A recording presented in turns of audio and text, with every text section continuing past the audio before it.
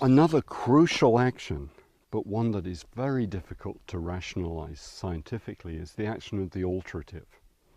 And just as an example, one of my favorite alteratives is cleavers, Galea maparini. It's a really wonderful plant.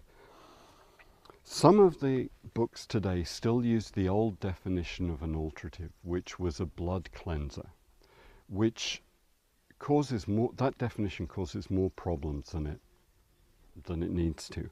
If you had dirty blood, you'd have septicemia and you need to go to an emergency room. It's not literally cleaning of the blood, it's altering the body towards health. They're used in problems where the underlying cause of the pathology is something systemic, like psoriasis or eczema. They're used as core body metabolism manipulators in all ranges of conditions. And it's a property that orthodox medicine doesn't recognize. But I think it's a property that we have to acknowledge that we don't really know how they work or what they're doing, but they do work. So alteratives, some of them are very strong and I never use them. These are the herbs the eclectics and physiomedicals handed to us that were basically the purge and puke herbs. And that's just not my approach. I use them for, as I said, skin problems and sometimes as part of arthritis, musculoskeletal treatments. We have two groups of them. Well, we have many different ways of categorizing them, but there are the green leafy ones, which tend also to be diuretics and tend to be gentler than the rootier ones, which tend to be hepatic, tend to work on the liver, and tend to push the body a little bit more. So the choice of the right alterative gets to be pivotal in some situations. The safest ones and always effective to some degree, may not be effective enough in adult skin conditions, are going to be cleavers, red clover, nettles. Widely available, very safe herbs, very useful herbs. When I was in clinical practice in Wales, one of the traditional approaches that I discovered in the old books, because there are no representatives of the old physicians of Myddfai, who were the Welsh herbalists. The whole tradition died out in the end of the 19th century. I actually followed it through to the last representative. So, I was 1.5 generations, 2 generations late.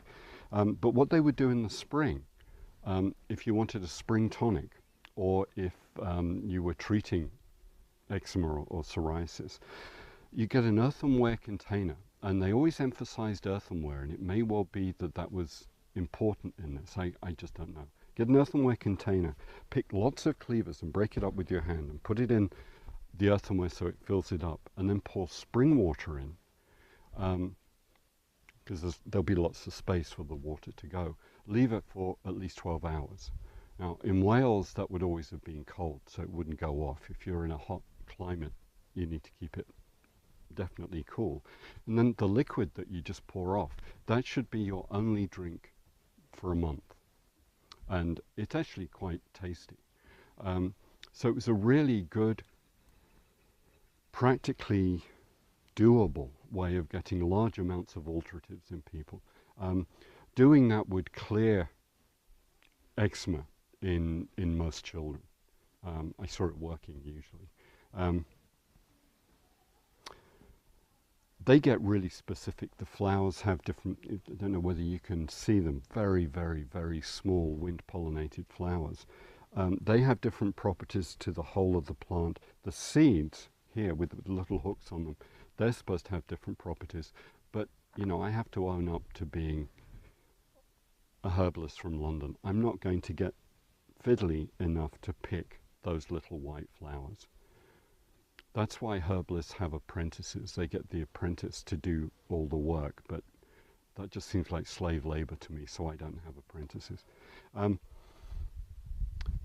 I would think of this sort of green alterative, as I said, for skin conditions, but then this one specifically for swollen lymph glands, and any situation where you feel that there should be a cleansing process in the lymphatic system. It also had a role to play in traditional approaches for cancer.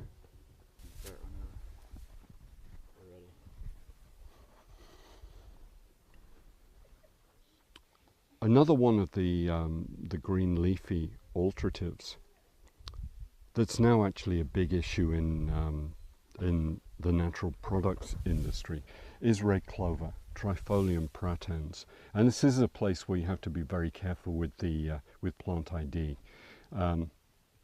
Make sure you get the right plant. I've seen this plant achieve incredibly rapid and complete reversals of childhood eczema, especially atopic eczema associated with asthma. Of course, it's got to be in the context of appropriate diet and lifestyle, but very, very useful plant. This was part of the traditional Welsh cancer poultice as well. It would be combined with nettles and burdock.